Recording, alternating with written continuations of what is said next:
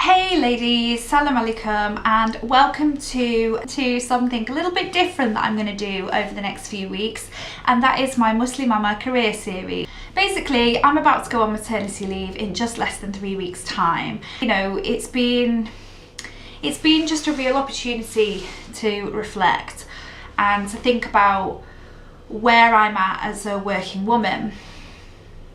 And I'm about to embark on this whole new role and really important job of becoming a mother. So it's given me the opportunity to really think about what I'm passionate about and how things have developed and progressed and changed over time, and how that has shaped the person that I am now. But also it's about how my work has kind of influenced and challenged and maybe even enhanced my faith and my connection to and my knowledge of Islam. So life really changed for me at the age of 18 when I left my town, which is just outside of Manchester, and I moved to London. I enrolled on a degree in drama, theatre and performance studies at Roehampton University. But London living really changed my life and opened my world up really to new experiences, you know, new cultures, the diversity that the city has to offer. I'd always been so passionate about the arts, and I'd really enjoyed drama and theatre at school and college. And I just wanted to take it on to another level and kind of learn a bit more about it. And my course was kind of a bit different. You know, it wasn't kind of theatre it wasn't all about acting and being the centre of the stage. You know, I did modules like community theatre, prison theatre, theatre in education. I looked at voice and comedy and directing. But alongside things that I was learning in my lessons, I also had the opportunity to get out in London and see what the arts world had to offer, and it was really different. It was different to anything that I'd seen before, and you know, it was really experimental. There were different types of performance, different ways of presenting ideas and politics and a whole range of things, but it really opened my eyes and it opened my heart, and it made me want to know more about people and more about this world that we live in. And it really drew my attention to the fact that we are such a small pocket in such a huge world, and there is so much more out. You know, for the first time in my life, I really started to see the power of the arts, and it really ignited a spark and a passion in me that I knew I wanted to pursue.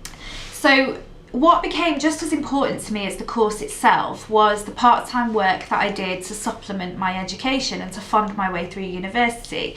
One of the first jobs that I had was working on Saturdays and in school holidays as a play worker on an adventure playground, and that was with children from about the age of 5 to 16 that had special needs or challenging behaviour, or maybe a combination of both. And it was a really amazing time in my life because I learnt so many new skills. I, you know, worked outdoors most of the time in a really kind of vibrant environment where we were just facilitating safe play.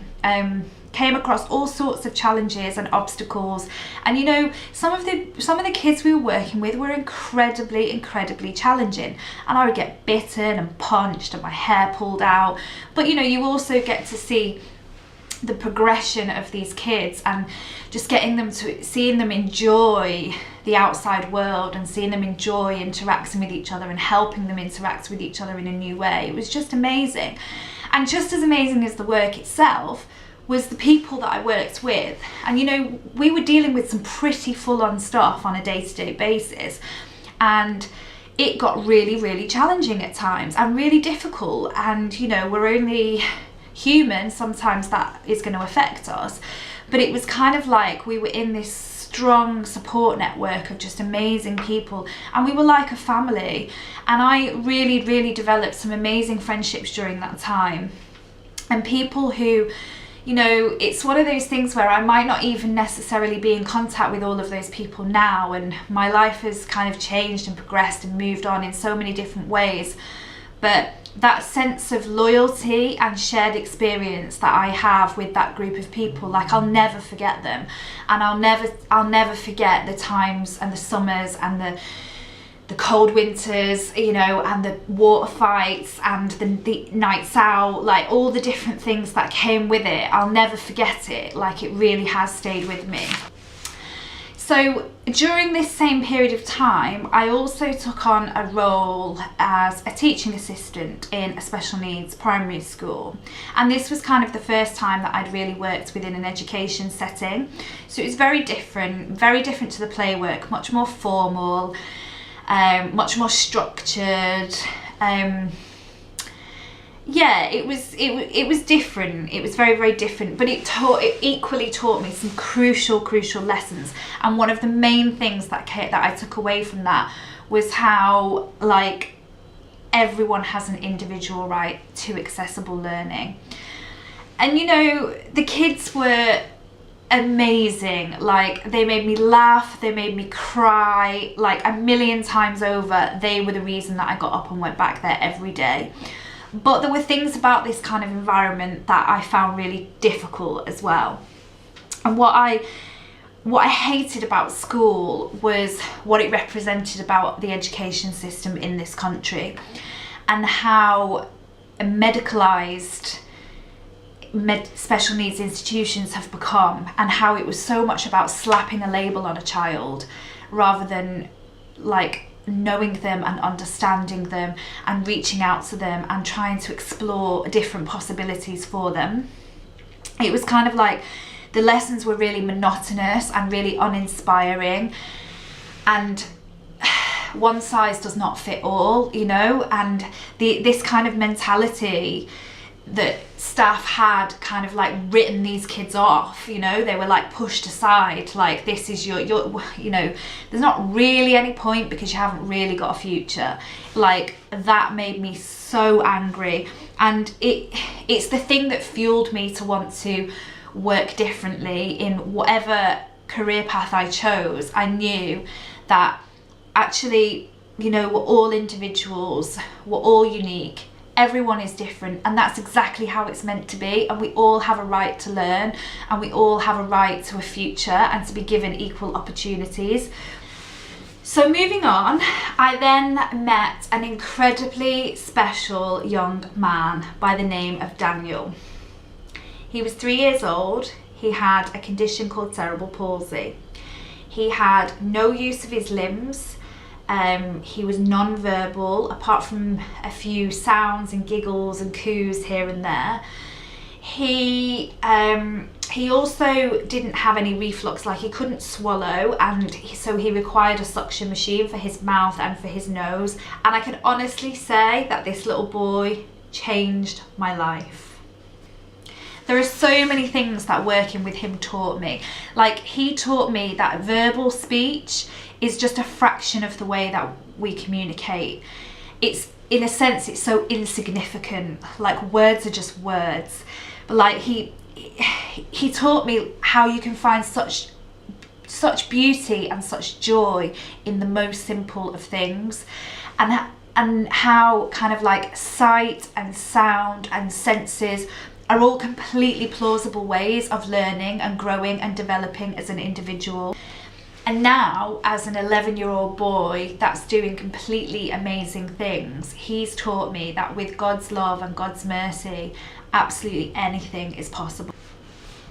His family are really strong practicing Christians, and their kind of faith and commitment to their faith was evident in everything that they did, and the way that they conducted themselves as a family, and the way that they believed in Daniel, and the way that they got through the hardest times. I was at university, I was away from home, all that kind of side of myself was lost in a way.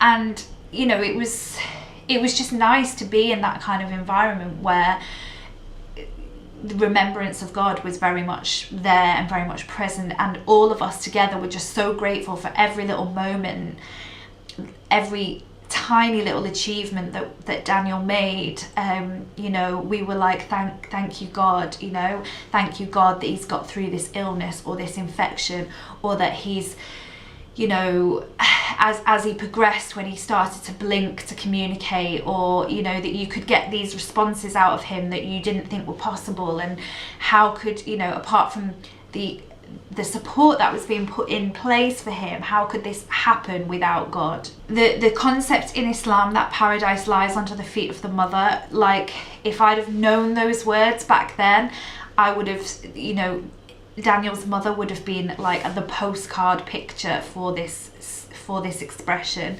because the way that she just committed and gave every piece of herself and her life to him, and his well-being and his health and his development was just amazing. It was absolutely amazing to see. So Daniel and his family, you know, they really made me want to be a better person. They made me want to give more and more. I wanted to bring something that they could take away from me, you know. I wanted to open up opportunities for him that maybe hadn't been opened up before. And I wanted Daniel and I wanted his family to challenge society and challenge the expectations or maybe lack of expectations that they had. And I wanted them to know and kind of really cement their belief that Daniel could be and do whatever he wanted. It was our responsibility to help him find out how he was going to do that. So, you know, this little boy, I am so proud to have been part of his life, and I'm so grateful for all of the things that he taught me about myself, about people, about the world outside. It was really an amazing couple of years of my life, and a really, really nice way to spend my working day. So I think that probably covers really what I did for the 3 years that I was at university, and I'll end that part of the series there. So that's where I'm going to leave part 1. It just gives you a little taste of the first, kind of very, very first sprinkling of the seeds, shall we say. So please thumbs up if you like the video. If you've got any comments that you want to make, or if you would like to share with me what you studied at university, or what passions you kind of began with, then I would really, really be really interested to hear. And next time I'm going to talk about the next stage, when I went on to other work and other kinds of education. So keep watching, and until next time, Assalamu alaikum.